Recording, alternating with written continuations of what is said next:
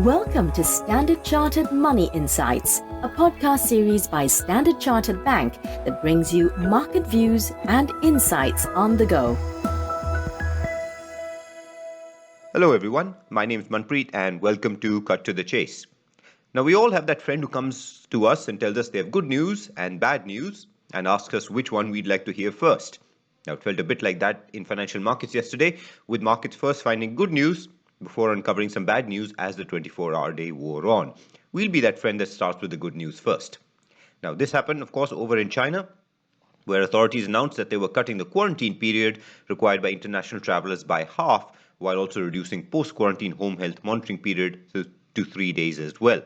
While the announcement itself was met with only cautious optimism, with one business leader noting it would start to have a more real impact once matched with the rise in flight capacity, we'd argue the significance of the measure is both in terms of what is signaled in terms of introducing some flexibility on COVID policies, and second, of course, of how it fits into the broader policy direction of taking measures aimed at supporting economic growth.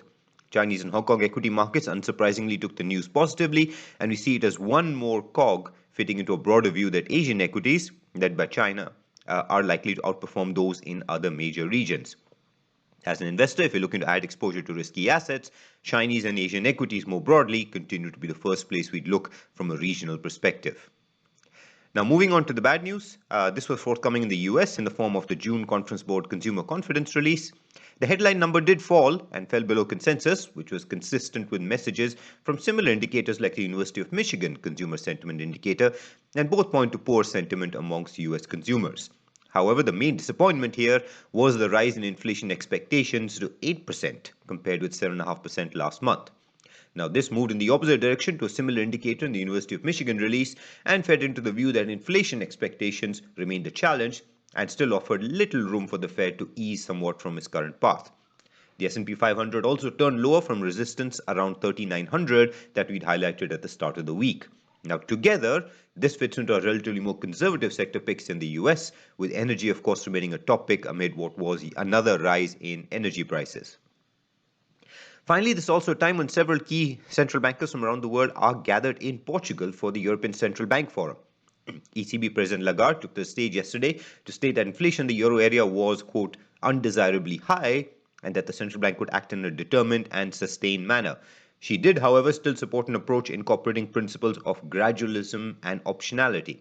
Markets interpreted this to support only for a gradual path, starting, of course, with a 25 basis point rate hike at the July ECB meeting, and that, of course, led to a somewhat softer euro currency. Now, in the very short-term horizon, over the next month or less, this really fits into our continued view to have a bearish bias towards the euro-dollar currency pair, and we do expect a test potentially of key support around 1.034.